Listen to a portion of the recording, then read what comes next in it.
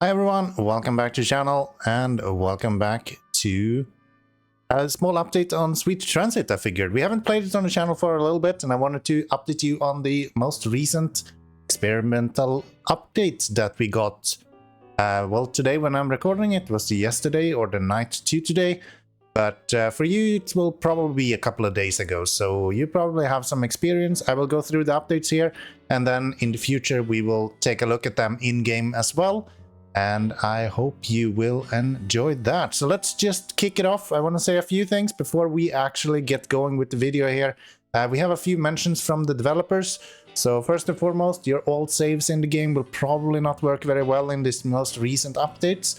Update 0.6 is really changing the game in how a lot of the core systems are working. So in regards to how the warehouses work, in how you transport workers around, all of these things have been completely reworked and will work completely differently to how they were working before. So I really do suggest that if you're starting out right now, start on a new save if you are jumping into the experimental build. It will make it so much better for you. So let's start out with the first little update that we have right here, and it's not so small of an update either.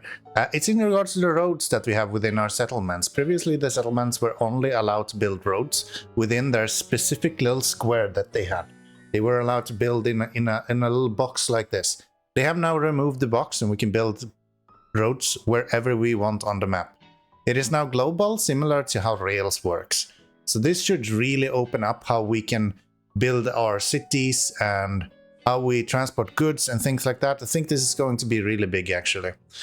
So a few things that still applies to this, and one of them is that we will still have to connect all of our buildings to roads. Part of this is for workers as usual to be able to make it to the stations or to the actual workplaces. But another thing is that we need to make sure that we can actually transport cargo. This is something we will touch on a little bit later in the video, so stay tuned. You do not want to miss that. Another big remake or rework has been the labor system. So previously in any town or any settlement that you had built, your laborers could kind of teleport all over town to work wherever they were needed. There wasn't really a limit to it. As long as they were delivered to that city or they lived within that city, they could work anywhere. Now it's been reworked a little bit. So with the new roads, we will also get a sort of road reach. So depending on how far away from the workplace a citizen is living, they will be able to work on different places. So of course there's ways around that, so you can actually extend this, but from a baseline, you need your workers to be as close to the workplace as possible, and that will actually show up on the map as well, exactly how long reach you actually have to make your workers be able to reach their intended destinations. Of course, we have situations where we might need to have the workers go to a separate place and work from there. And this will actually be a possibility, and it's a really cool system. They will be using something similar to trams in the game. So within the city, you will be able to build trams. And this will allow you to actually transport workers within one town, within one settlement, and even beyond that.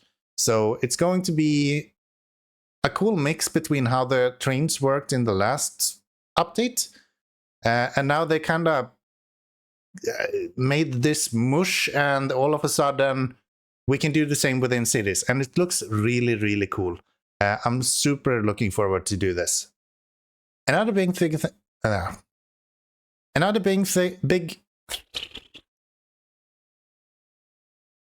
Another big thing that has changed is the stations. So previously our stations were quite limited. We could only have one connection to them. We could connect them to a city, or we could connect them to one distribution center or one production facility, but there was always just one that we could connect it to. And now they've reworked that as well. So now you can connect the city stations, or any station really, to however many different things you want, it seems like. And what it will allow you to do is to have multiple cargoes available for one and the same city or one of the same stations without actually having to build a city around it, which gives you this opportunity to actually have a specific cargo station, kind of as a cargo hub a little bit, where cargo is being delivered to and then picked up by other trains to be delivered to cities, for example. You could do something like that, which seemed like a really cool idea, honestly. Another thing that, of course, still is a thing is that you will still be able to, of course, swap workers. This is not changing. They will still be able to go to one station and work there. Nothing changes there. Another thing that actually do change a little bit is how workers in general works. So previously you couldn't really, in a good way, kind of have workers hop between trains to get to one specific place you want to go. That has now changed. So going forward, workers will have the opportunity to kind of jump trains in between multiple different stations until they get to the destination where they want to go. The devs kind of defines these new stations and this new system as the stations being more of a workplace finder than anything else. So it kind of gives this idea that workers are going to a station to find work more than going to a station to get to work. I think that's a really cool idea, and the distinguishment in between those two can be really interesting in the larger games in particular, I think. So if we continue on the workers and the kind of destination of where they want to go, a big change here is in how the actual workers are getting to their specific locations. So workers has got a lot of updates in regards to their efficiency and how they are using intelligence in some ways to find a route or find a path to the destination they need to go, regardless of how many trains they actually have to kind of change on their way to there. They will eventually make their way over to the place where they need to go. These changes have, of course, been applied to the travelers as well. So the travelers should also now be able to actually jump in between specific stations and make their way to the destination where they want to go. I don't know if you watched my last episode or my last few episodes on Sweet Transit.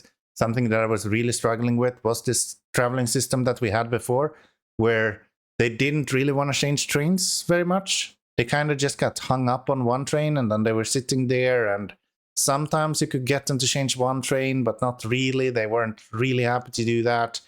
And it was just kind of a mess. So I'm interested to see how much better this is. If it actually works, it's going to be fantastic. I have high hopes. Travelers is one of these things that would be super cool to actually get working. Another thing that has been reworked when it comes to traveling system is the sort of unpredictability of the income and the actual generated travelers that you have available. So they've actually made some changes now. So the income from the travelers and the amount of travelers that you will have to actually move around should be way more predictable now, which makes it a lot easier to build a suitable rail network for it. Because previously you had like 500 people wanting to go travel at one point. And then the next time the train came, there were like 2 people waiting. Now it should be more stable, and you should also see the money coming in being more stable than it was before.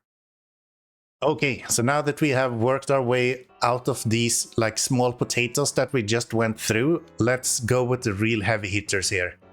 First off, we have the new cargo system. This is massive and is going to make a world of change.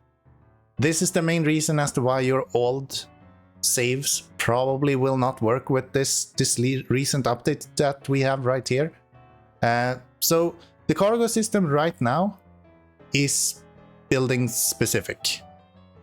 So what they are going to do is that they will have to actually transfer cargo between producers to storages to consumers or to your warehouse, and at the end of the day to be delivered to housing, so to say. So this is going to be a massive change.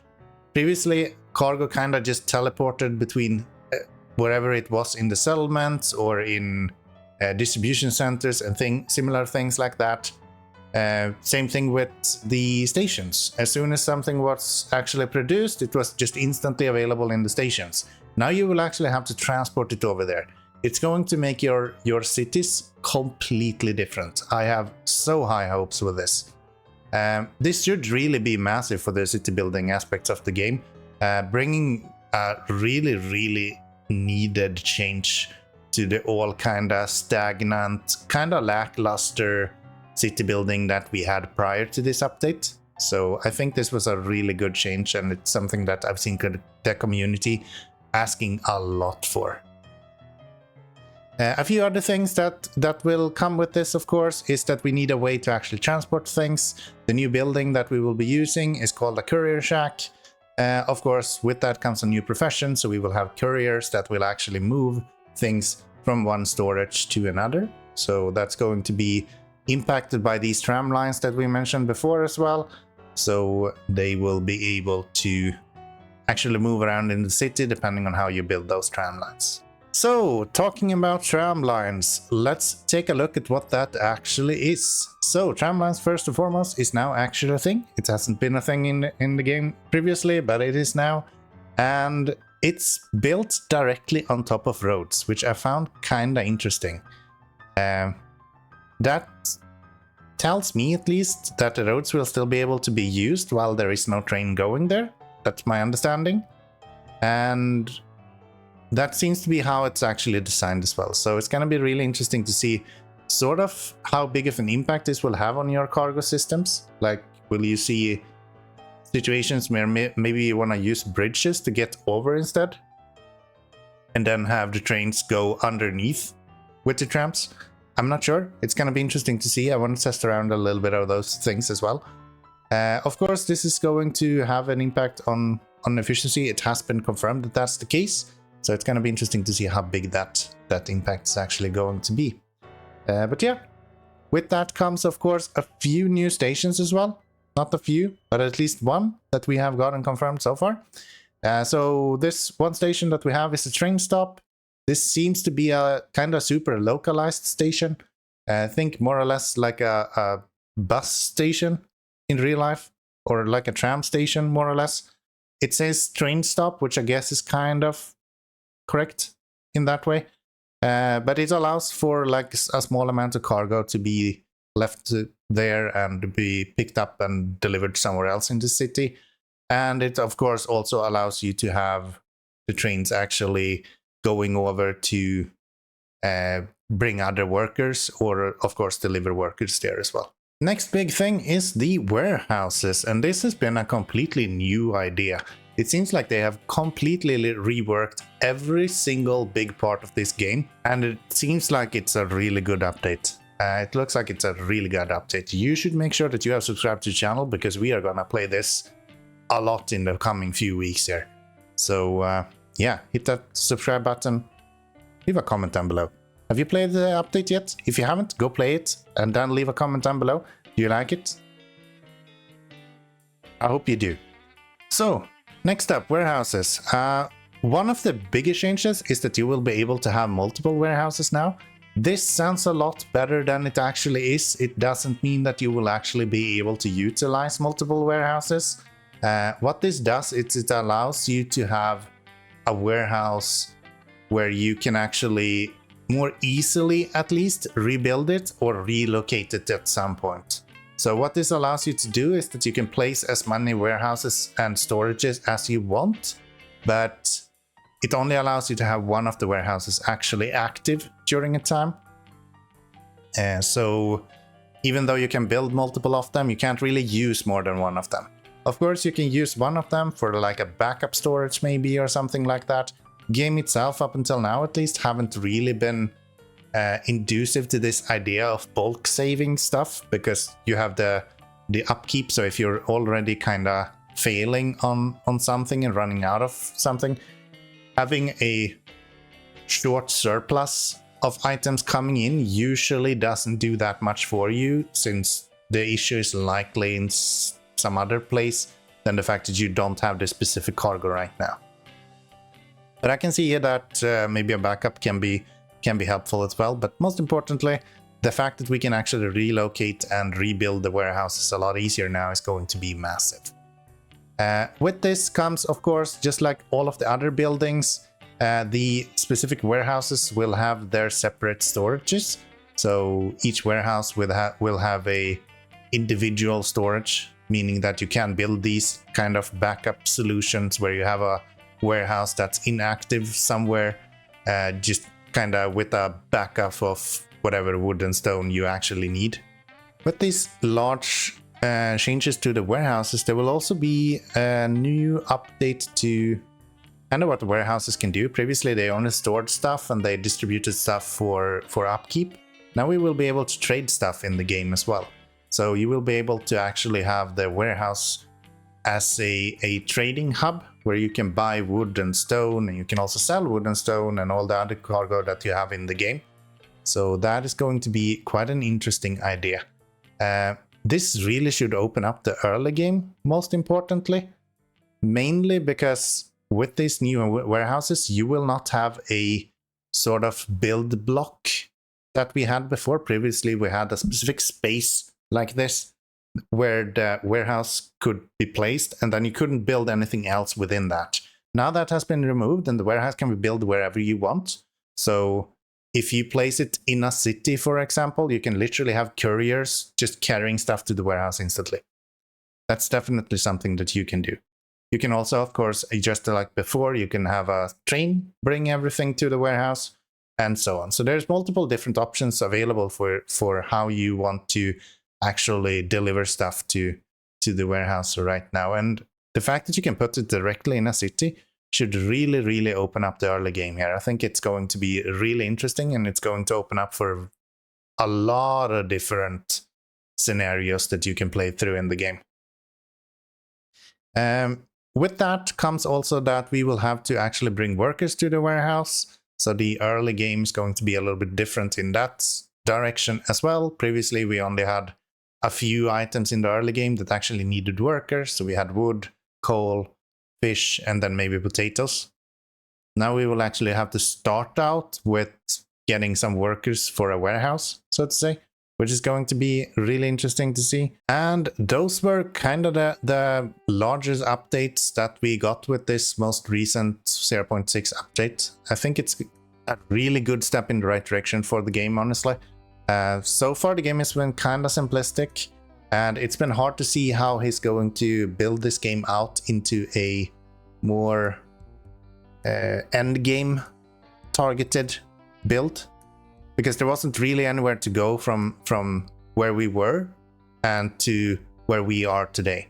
So right now I feel like a lot of this allows for more complex things with how the city building works. And now we will actually have use for a lot of these different selections of like load options. So now we can actually build a decent city tram systems where trams are actually leaving on specific times of day, which would be really interesting to see how something like that would work. I think it's going to be really, really cool. There's a few more kind of small things I want to touch on just before we wrap up this video here. Kind of just quick go through a few things here. First off, we have two new trains coming. One of them is TT10, and then we have TT20 as well. Yes, TT10 and TT20. There's limited information about these yet. I still haven't really played around with them in the game at all, but from my understanding, they are more or less similar train to DMU10 that we got in the last update. And they're more designed around the idea of kind of inner city transportation. So they're more considered as trams than the previous kind of trains that we had, which is going to be interesting to see how we can incorporate that. Maybe that's something that we get early in the game, and will kind of open up the early game a little bit more than what we had before with the old coal trains. We also have a few different quality of life improvements and different bug fixes. So it really does look like the developers are busy for sure. There is some sort of grinding a little bit in the community every now and then when there is a long hiatus with updates for a game like this. I think it was like 2 months ago we got the latest update for Sweet Transit. And I think these sort of large updates that he just released for the game kind of quiets that down a little bit, and I think that's really good for the game because it shows that there is still support here and he's clearly still working on it. So thumbs up for that, I would say. Another thing that has been mentioned by the developer is the fact that if you haven't already, it is suggested that you actually enable the advisor. So you have the advisor on when you're starting out today. The advisor is of course there to kind of take you through the early game and to kind of explain these new systems and everything like that. I've explained a few of them right here, but I think it's going to be really interesting and really beneficial to have the advisor. So if you are jumping into the game, take a look at the advisor, make sure it's turned on, and you will have a lot of an easier time to actually get going with the most recent updates, especially considering that the tutorials and the sort of standard scenarios that we had previously are not really working anymore in the most recent experimental update. So advisors is the place to go.